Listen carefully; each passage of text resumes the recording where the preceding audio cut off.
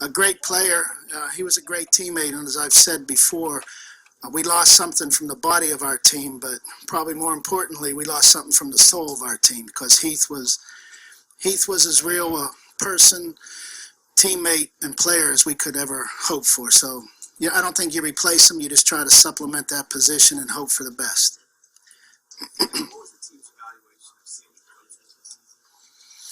Sammy grew as the year went on. You know, he had to make some changes into more of a conventional offense and learn how to run more of a route tree than he was exposed to in some of the spread offenses that they run in college. So he progressed as the year went on. He was playing behind some pretty good receivers, so he really didn't get the opportunities until the playoff game against Denver after Antonio Brown was injured. And he stepped up and made some nice plays, so we're hopeful about his future.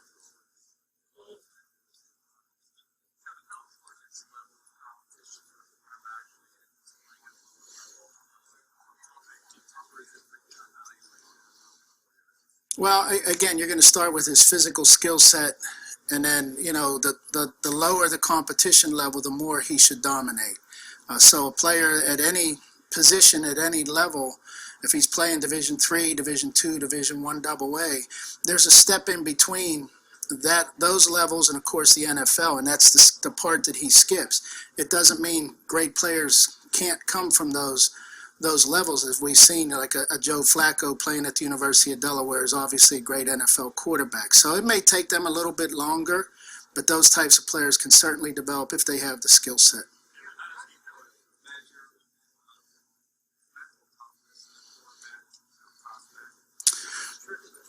No, I think you watch them in tough situations. Sometimes you evaluate them more on third down.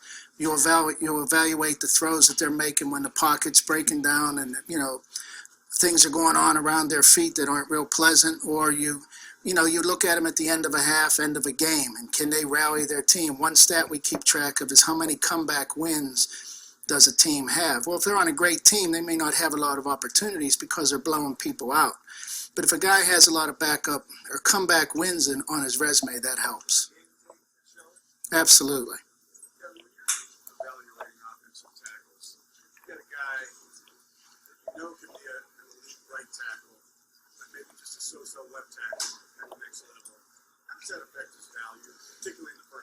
Well, left tackles traditionally have gone higher than right tackles, but if you have a hole on your right side, maybe you'll value the right tackle more than you would the left tackle just because he's of a certain body type. But, you know, if a guy has only played on the right side, you have to project whether he has the abilities to survive or help out on the left side. If he's starting on the left side and you think he's a right side guy, then of course you're going to have to make that projection as well. And it's a little more difficult, I think, than maybe imagined, because it's doing everything backwards, and it takes those guys a while. But you certainly can, but you want a guy that can play both, unless they're elite left tackle types, which are special.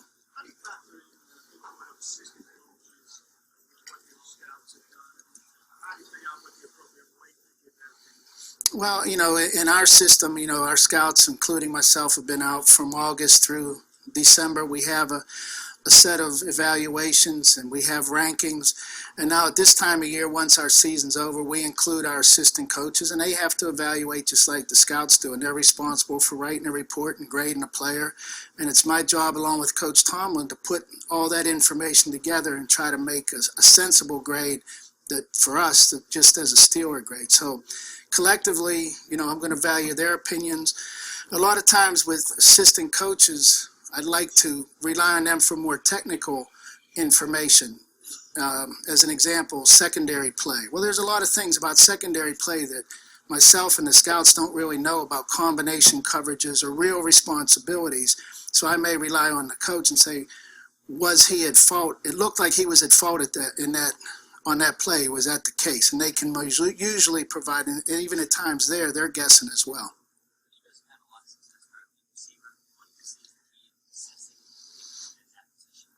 I don't know if there's any formula for it. You know, we evaluate the receivers just like we evaluate any other position.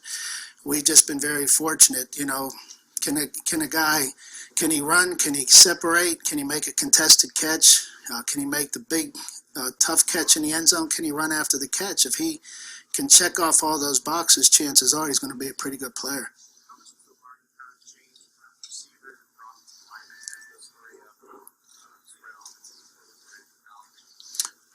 Meaning,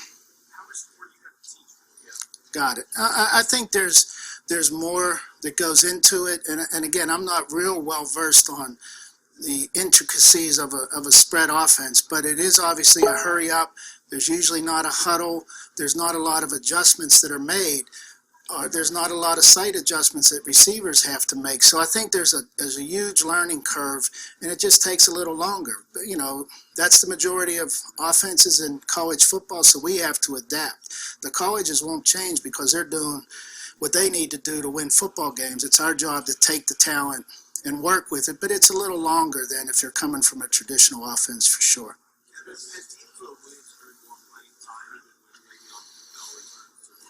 D'Angelo was as professional a guy as I've ever been around. He knew his role coming in. Of course, Le'Veon's a great back, and we want him on the field as much as possible. But D'Angelo certainly proved, as we thought he would, that he can be a great complement. And we're anxious to see both of them back on the field.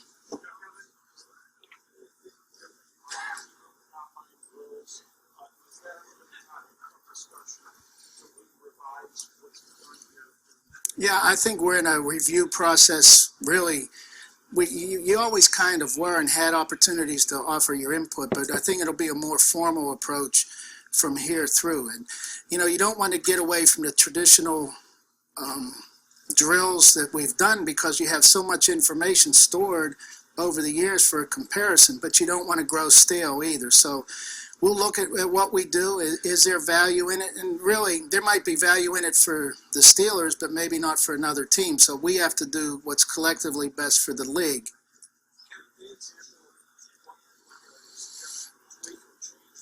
Well, I mean, we've always talked about a 40-yard dash. I mean, a 40 has been in the game for a lot of years. Is it really necessary for an offensive lineman? Probably not. Does an offensive lineman have to run 20 yards? Well, he may have to be able to get to a safety at 15 yards. So if he can run 20, he can run 15. Same thing. Is a 10-yard dash important for him? Yeah, because he has to reach a linebacker who may be 5 to 7 yards away. So there's still value, but you have to look, is he really ever going to run 40 yards? That might be something just off the top of my head that we need to examine, but we'll look at each drill in that manner and say, what's the real pertinence for the whole league and not just us?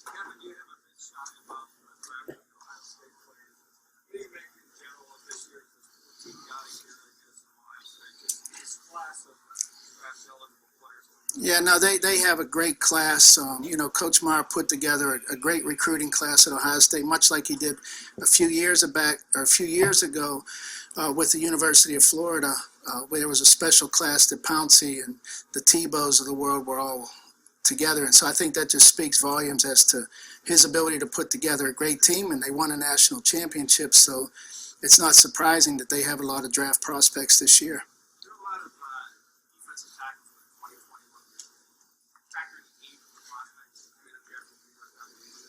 Yeah, I mean, you factor in the age. Obviously, the younger, they may have more upside.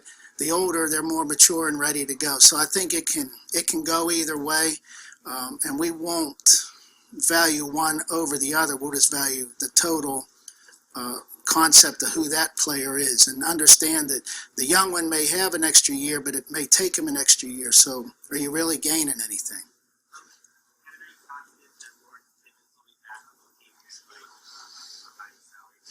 Lawrence is he's a valuable contributor to our defense, to our team. He's one of the team leaders, even though he's not a real vocal guy. So Lawrence is under contract, and until that's different, he certainly will be.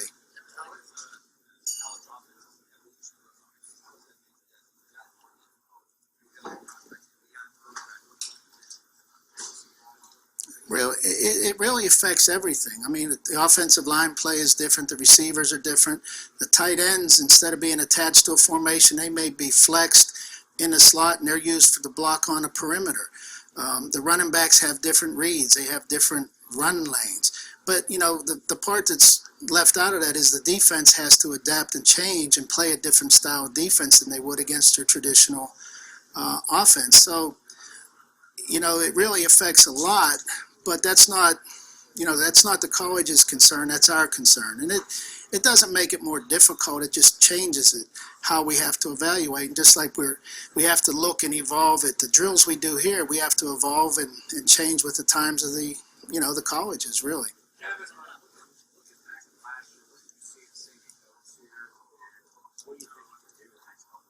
We actually hit that one before earlier, but no, but Sammy progressed as the year went on, got better, and he was really playing behind some pretty good receivers, so he didn't get a chance until the Denver game when Antonio Brown wasn't available.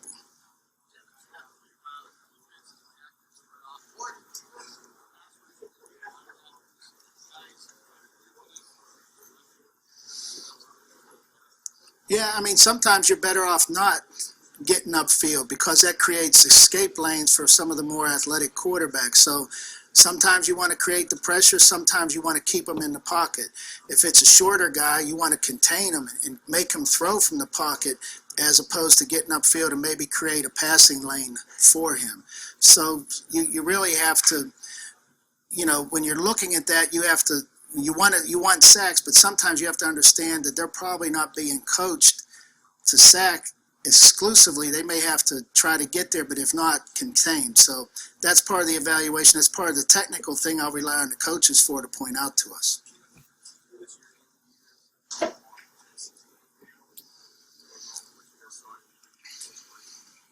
I was just talking to someone earlier, again, anytime you get a junior, you get them for their senior year. And Jesse went through his senior year with us. He grew physically, he grew mentally, he grew emotionally, and as the year went on, he was able to help us. And he was night and day different from the preseason when he wasn't ready to the regular season when he appears to be able to contribute. Obviously, with Heath out of the mix, he'll have more opportunities, and this will really be his rookie year, and we'll see how he progresses with that.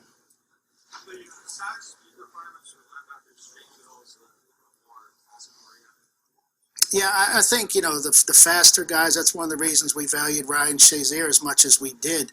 His ability to play lateral football was, I think, very impressive. I know it was. He can make plays that maybe a traditional run-stopping inside linebacker he wasn't able to make. So that's why we really like Ryan, and we see his progress. So I think game speed, the ability to cover ground laterally, is important. Now you got to also couple that with the ability to make plays in space, which not only for the linebackers, but even your secondary people have to make more plays in space because of what the offense has forced them to do. Two more questions for Kevin.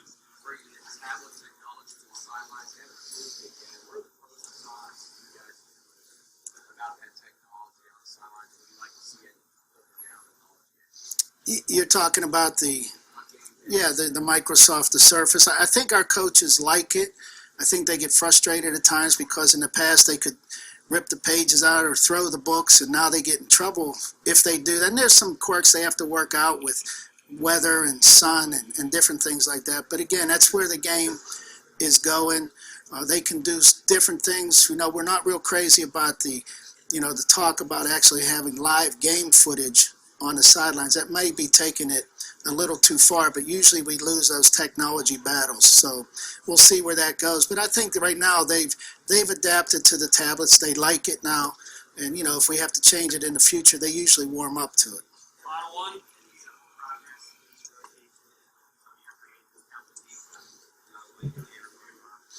Yeah, we don't talk about any individual